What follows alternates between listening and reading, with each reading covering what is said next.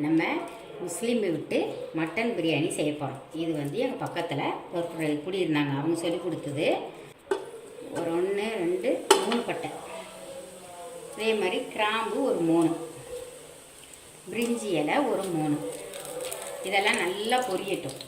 பொரிஞ்சதுக்கப்புறம் பெரிய வெங்காயம் மீடியம் சைஸ் ஒரு 4 வெங்காயம் எடுத்துக்கோங்க. அதை நீளமாக கட் பண்ணிக்கோங்க. இப்போ வெங்காயம் வந்து நல்லா செவந்து வந்துருச்சு. இஞ்சி வந்து இப்போ ஒரு 5 ஸ்பூன் இஞ்சி, பூண்டு ஒரு 5 ஸ்பூனு, 5. இப்போ இதை நல்லா வதங்கட்டும். எண்ணெயும் நெய்யும் கலந்து 200 கிராம் ஊற்றிருக்கேன். 200 மில்லி நீங்கள் அது மாதிரி ஊற்றிக்கோங்க. இல்லைன்னா வெறும் எண்ணெய் மாத்திரம் விட்டுக்கிறலாம், அது நம்மளோட விருப்பம்தான். இப்போ அதில் வந்து என்ன பண்ணணும், சும்மா கொஞ்சோன்னு இதில் ஒரு 20 இலை இருக்கும் புதினா இலை. அந்த புதினா இலையை 2 டீஸ்பூனு தயிர் போட்டு கலந்து வச்சுருக்கேன். அதை வந்து இதில் ஊற்றிடலாம், ஏன்னா அந்த இஞ்சி பூண்டு அடிப்பிடிக்க விடாமல் இருக்கிறதுக்காக. இப்போ இதை போட்டு நல்லா கிண்டுங்க. வச்சாச்சு. இப்போ இதில் மட்டன் ஒரு 3/4 கிலோ மட்டன், உங்களுக்கு எவ்வளோ வேணுமோ அவ்வளோ போட்டுக்கோங்க. கொஞ்சமாக உப்பு, கல் உப்பு போட்டிருக்கேன். இதை போட்டு நல்லா வதக்குங்க. இந்த மட்டன் நல்லா பாதி வதங்கிருச்சு. இதுக்கு வந்து 1 டீஸ்பூன் மிளகாத்தூள், சக்தி மிளகாத்தூள் போடுறேன். உங்களுக்கு காரம் எவ்வளோ வேணுமோ அது உங்கள் விருப்பம்தான், எவ்வளோ வேணாலும் மிளகாத்தூள் போட்டுக்கோங்க. நான் 1 டீஸ்பூன் போட்டிருக்கேன்.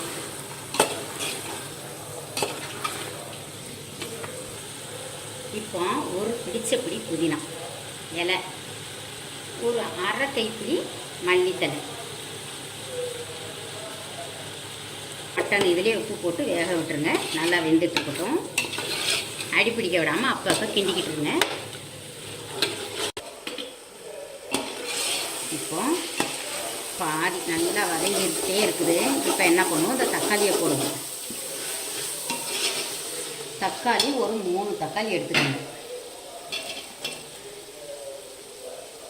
தயிர் ஒரு அரை கப்பு தயிர் வந்து ஒரு சின்ன கப்பு 100 ml ஊற்றிக்கோங்க. கடையில் ஒரு 10 ரூபா கப்பு வாங்குறீங்க இல்லைங்களா, அந்த கப்பில்.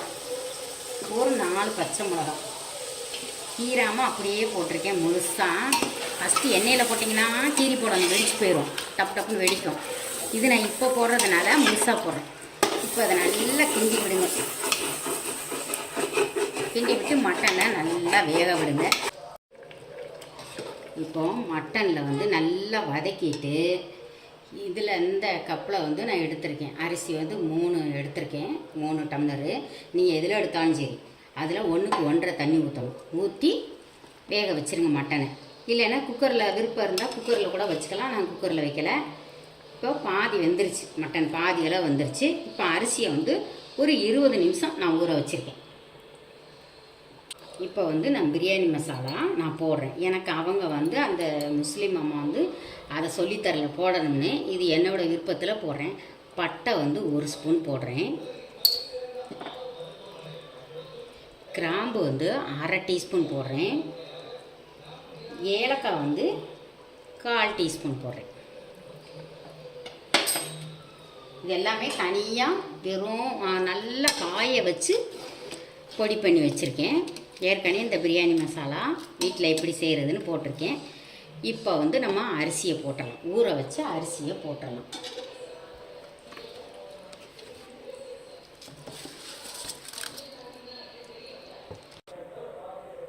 இப்போ அரிசியை போட்டாச்சு. இப்போ வந்து தீயை வந்து ஃபுல்லாக வச்சிடணும்.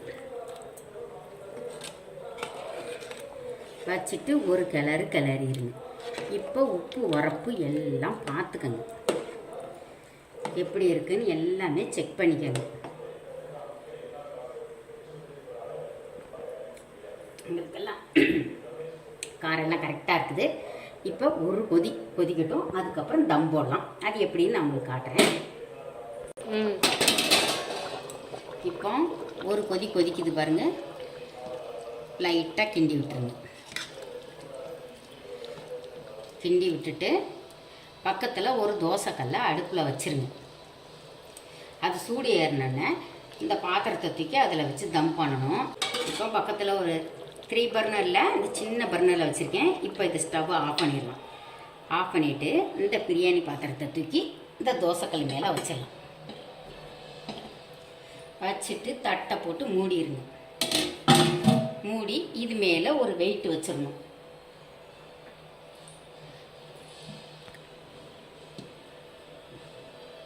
இப்போ வெயிட்டு தண்ணி பிடிச்சி வச்சாச்சு. இது 15 நிமிஷம் அப்படியே இருக்கட்டும். 15 நிமிஷத்துக்கு அப்புறம் ஸ்டவ்வை ஆஃப் பண்ணிட்டோம்.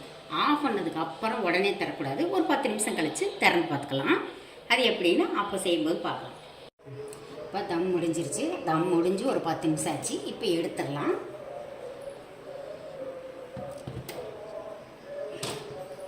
இப்போ திறந்து பார்க்கலாம். இப்போ மெதுவாக ஒவ்வொரு ஓரமாக எடுத்து அப்படி கிளறுங்க. பாருங்கள் எப்படி உதிரியாக இருக்குன்னு பார்த்தீங்களா? இதே மாதிரி இதே அளவுகளோட செஞ்சு பாருங்கள். பாருங்கள் எல்லாம் கிளறிட்டு பாருங்கள் உதிரியாகவே இருக்குது, எதுவுமே குழையலை. இப்போ இதுக்கு மேலே நல்லா கிளறி மெதுவாக ஒவ்வொரு பக்கமாக கிளறி விட்டு நெய் 1 ஸ்பூன் அப்படி மேலாப்பில் விட்டு மூடி வச்சுருங்க. எப்போ சாப்பிட்றீங்களோ அப்போ சாப்பிடுங்க. நான் ஏன் இந்த பட்டை இதெல்லாம் போட்டதை எடுக்கிறேன்னா சின்ன பிள்ளைகளுக்கு இதெல்லாம் போட்டால் பிடிக்காது இல்லையா, அதுக்காக எடுக்கிறேன். இதே மாதிரி இதே அளவோட செஞ்சு பாருங்கள். லைக் பண்ணுங்கள். பிடிச்சிருந்தா ஃப்ரெண்ட்ஸ்க்கெல்லாம் ஷேர் பண்ணிவிடுங்க.